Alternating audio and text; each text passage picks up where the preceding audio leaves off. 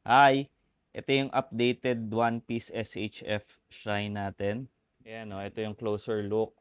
Ayan, medyo sikip na sila. Tapos, may PO tayo na bagong dating ngayon. Open natin.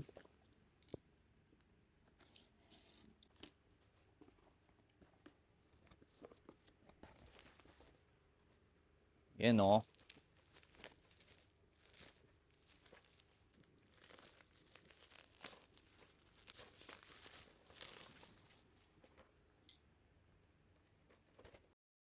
Ito yung SHF na Boa Hancock. Ganda o.